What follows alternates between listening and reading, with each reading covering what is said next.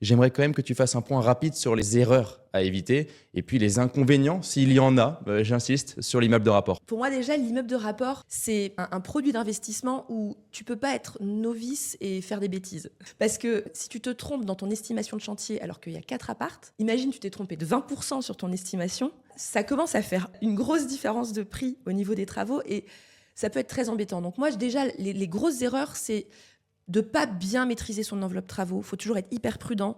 Les dépassements également en temps, c'est-à-dire que les travaux durent plus longtemps que prévu parce que ça peut durer beaucoup de temps. Donc ça, pour moi, c'est déjà le plus gros danger parce que quand tu es investisseur, si tu te retrouves à court de trésor et que tu n'as pas fini tes travaux et que tu te retrouves avec un immeuble avec un chantier sur les bras, c'est compliqué. Donc ça, c'est la première chose. Le deuxième risque que je vois, c'est par rapport En fait, il n'y a pas beaucoup d'immeubles en vente. Enfin, pas beaucoup. Par rapport au nombre d'appartements, même s'il y a moins d'acheteurs, il y a aussi moins de vendeurs d'immeubles.